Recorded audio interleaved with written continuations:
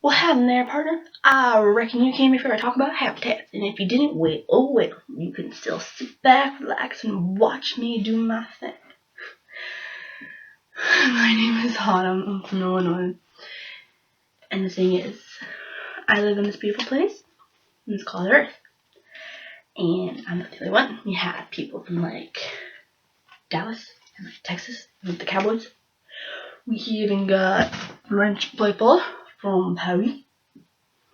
But the thing is, we're not the only species here on Earth. There's millions of more species out there that are just inhabiting their habitats, I guess you could say. We have the frog down in the Amazon. We have the elephant from Africa. And we have the apple from the apple tree. But the thing is, these species, they're losing their home to what I call 3 major types of habitat loss. We have habitat fragmentation. It's where a little piece of land, maybe big land, medium land, is cut off by stuff like roads, buildings. And I think one of the biggest examples I could tell you is Central Park, New York City. I think it's New York City. The thing is, Central Park is this great big park. It's located in New York, and it's cut off by roads. We have species in there like squirrels, birds, more squirrels. But the thing is, they're stuck in this one piece of land. If they were to cross the street, it's hard to get run over, and that's not good. We have habitat destruction, which is like mowing the lawn, mowing down lands. We have cutting down trees, and we have pollution in the water. Gonna lose all the fish there. And then we have a thing called invasive species. Now, that might not seem kind of fitting in with that, but it does. Here in Illinois, we have this fish. It's called Asian carp. Someone brought it in, stuck it in a river, and it is now very overpopulated by it. Invasive species is a no-no. I don't think you'd want to bring in a saber-toothed tiger, let it roam in downtown Springfield. That would scare somebody. It does not belong there. But why am I telling you this inside of a room? Why don't we go outside to where the habitat really is, to where all these species live? I'll meet you right out there.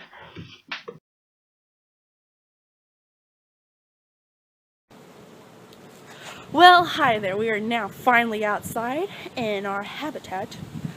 And might I say, it's really cold out today because it is November and it is starting to snow. Anyway, our continuation of the discuss of habitats. Now, I'm not really, I guess you could say, in a very well-known habitat like for deer or elephants or frogs, but I am in a habitat where I guess you could say squirrels and birds. Habitat nonetheless. I just feel like if you want to talk about habitats where animals and plants live, what better than to come outside to where they really are. Now, we are in my backyard, but it's probably the closest habitat I can get to at the moment.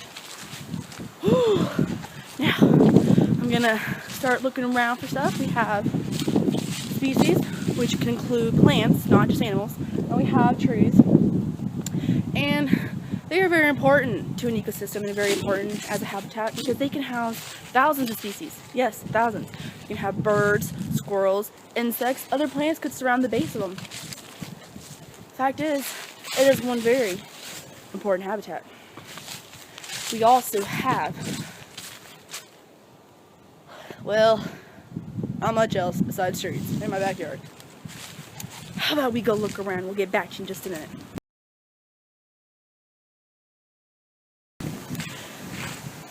After further looking around, I realized there's really nothing else besides trees in my backyard. The point is, habitats are everywhere, and they are very important to our ecosystem. But the thing is, nowadays, habitats are being destroyed by none other than us humans. And the thing is, if we want to preserve these habitats and we want wildlife to be thriving in this ecosystem, we needed something to protect it. because if we don't, we're going to be gone. And I see one right here. Perfect example. Cutting down a tree. Right here. We just destroyed a habitat. You might think, oh, well, we need it for paper, for building. But the fact is, you just destroyed thousands. You just destroyed a home for thousands. I would not want someone to come into my home and destroy my home because it is my home. And animals think the same way. Plants think the same way. We gotta stop destroying habitats. We do.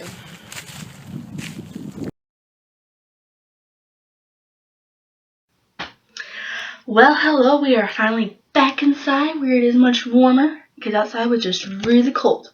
Fix our picture here. There we go. Now you can see me just a little better. Now that we've learned a little more about habitats in the outside world, we can now get on to the plan to save endangered species. Well, their habitats anyway. We are going to come up with a plan which includes a couple of steps on how us, kids, adults, anyone can easily help restore the habitats. Step 1. What are endangered species? Endangered species. They are a species of animals or plants that is seriously at risk of extinction. Now, there are 3 levels of threatened, which is vulnerable, which is number 1. Number 2 is endangered, which is what we are learning more about. And 3 is critically endangered. Now, did you know that just the endangered species, there are more than 5,200 species of plants and animals that are endangered. I believe there's one fungi though. Now, this is bad. This is not including the extinct, the less threatened, the vulnerable, the critically endangered. This is just endangered, and that's a lot. We need to do something about it. And that is where step 2 is about to come into. Step 2. Why are endangered species losing their habitats? What is going on here? If we refer back to earlier in the video, we talked about the 3 major losses of habitat loss. We have habitat fragmentation, habitat destruction, and an invasive species. These are why animals and species, they're losing their habitats.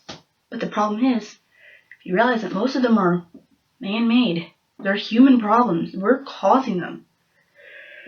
And that's just not good because it's like we're the ones trying to help them, but we gotta realize that we are also the ones that caused the problems. And finally, this all leads us down to step 3. We now understand what habitats are. We understand, the endangered species, kind of more what they are also. And we learn why we need to protect them and why they're being destroyed. But now, step 3 leads us to the question, what are we going to do to save them? Now, just saving a habitat itself or trying to rebuild an ecosystem or habitat, it's not something that can happen overnight. You can't just be like, oh, let's go in, work some magic, and like, oh, brand new ecosystem. The animals are good, the animals are back, they're not endangered. It just doesn't work like that. It takes a while. It could take a long time, but it's possible. I was actually, earlier today, I was in school, and I talked to my chemistry teacher about it, and he actually gave me some good pointers. Kind of ways we can do this. And it was kind of like, we're kind of collabing together, I guess, kind of our ideas. We had some really good ideas, and this is kind of what we came up with. Now, I know there's, like we discussed earlier, thousands of endangered species, but they're not just in America, all over the world. So, of course, you're going to have different biomes. And there could be like the taiga, the tundra, the rainforest. They're going to be different. They're going to differ from each other. But I guess, let's just say with the general aspect, let's say we're just going to stay in America. We have just like the simple grasslands or, the areas with, there's just trees. Well, let's say an area was cut down because of deforestation, or we cut it off for habitat fragmentation. How do we get this back? Or, we destroy this habitat. Personally, what I would do I would get some people together. I would get a group. Ones who really cared about the environment, who would love to help these animals get back to where they belong. And, to help them get off the endangered list. I would get the group. I'd say, come on, you guys, let's go and let's go look at this land first. And, we'd look at it. We'd understand what we need to do. I think the best way is you just gotta take your time. And by that, I mean just slowly bring in plants. Start planting trees. Plant flowers. You want to start building up again. I believe this is called secondary succession. I believe. It's kind of like, after human caused problem, stuff can start growing back. Or after a forest fire, I think that's kind of how it happened. Sometimes it's not caused by humans. And that could lead, like a forest fire, could burn down a forest. Animals are going to leave. They can get endangered. They can get in trouble. Stuff's going to start growing back. But if we want to help them, what we can do is we can go out there and plant stuff. We can try to get the life to come back up from the ground. Make it the place it once was. Now, there really isn't much we personally can do because it could take a long time, and it's honestly kind of quite hard. But it's the little things. I personally think the only thing we can really do is just go out there, just take care of it. Just plant trees, plant some flowers. Make sure that, this is like the home of like endangered species. You want to prohibit any hunters. Get rid of them. You don't want them in this area. You want to keep the area clean. Have some friends, get a group together. Go out there and clean it up. Pick up the trash. We don't want to litter. We want the area to survive. We want the animals to not have to feed off the trash that us humans put on the ground for there to just rot and for the animals to get in their stomachs. It's stuff like that. We don't have to do some big science project where we have to go out there and invent some new chemical, place it in the ground, and build a whole new ecosystem and whole new habitats popped up. It doesn't work like that. So I honestly think the one thing we can do is just take our time and do the little things. Now, maybe not next year or the year after that, but in a few years down the road, you're going to see an improvement. And honestly, at the moment, that's the only thing we can do to help protect these things. And that's important to me. It is. These species, they have lives. They're no different from us, other than the fact that they might have 4 legs and a tail and claws and paws. But they're still a creature, and they still live in the same home we do. We all share planet Earth. And honestly, they're not going around. They're not littering our world with trash. We are. So I think the first thing we want to do to help protect endangered species habitats is we need to stop littering. We gotta go out there, clean up the area, plant some trees, plant some flowers. And right now, that's the only thing we can do. And I hope that a few years down the road, that it's gonna be enough to help just cross these animals off this endangered list and just have them thriving like they once were so long ago.